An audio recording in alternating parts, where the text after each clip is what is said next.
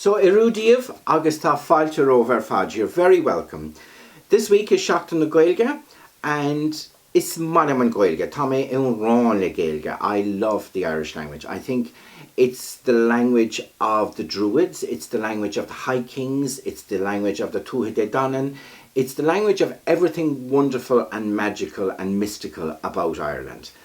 Ní féidir liom, well, it's féidir liom, but it would be a bit reductive, I think is the word, to tell a story in Irish, because most of my listeners wouldn't understand, and that is it's true sin, that's a pity. But I was watching a debate yesterday on Twitter about who speaks it, how people can speak it, who wants to speak it, agus gacrod mar sin, all that kind of thing. So I was thinking about that, and I've put together this little story, and I hope you enjoy it. So this story is all about a man called Tom. Tom had a small patch of bog in the west of Ireland, County Kerry, I suppose, and he found out that he got a contract working on a ship for 5 years.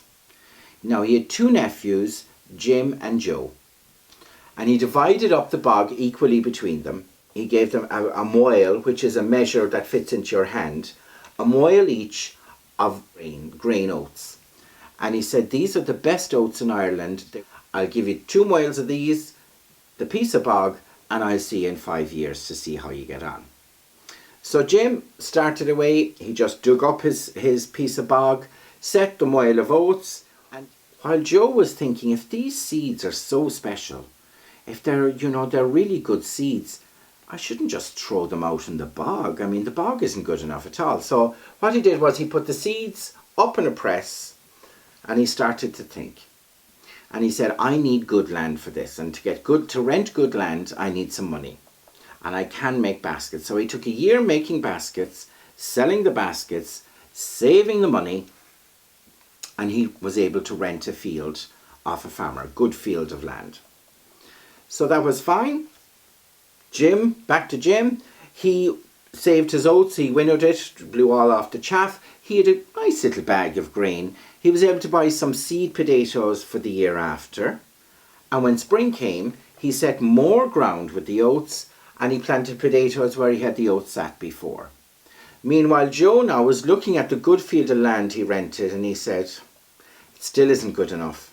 These seeds are very important. They're the best seeds in Ireland. So he started drawing seaweeds up, got dung in and everything, and had it all set out.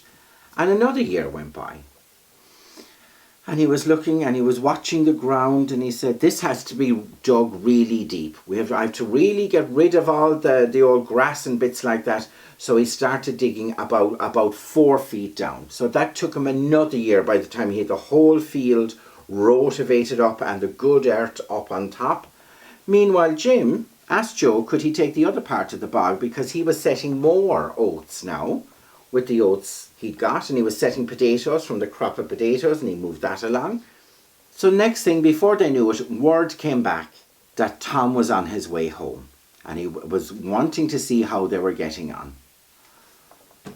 So Joe said, oh my God, this is it. This is the moment I've been waiting for. I better set the oats.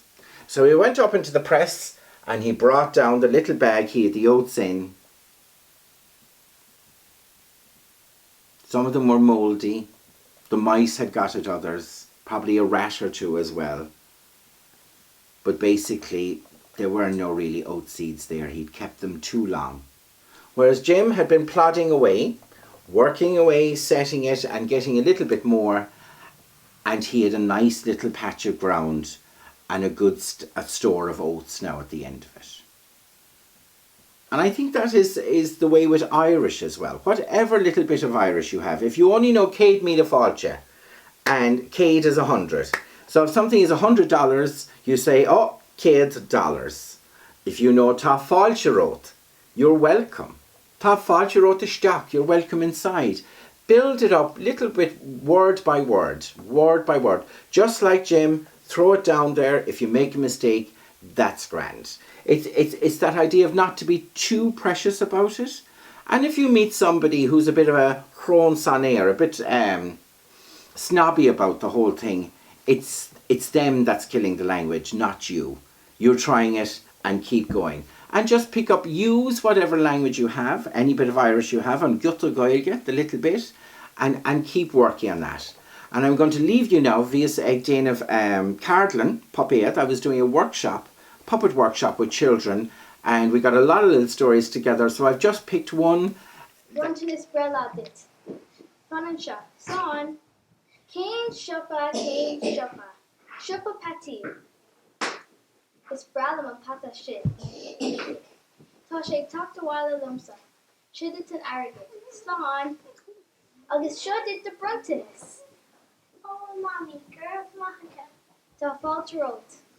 Go raibh maith go bhar fad. Thank you ever so much, and we'll see you next week, and I'll be talking about this big, powerful project that I'm doing at the moment. Slán anish.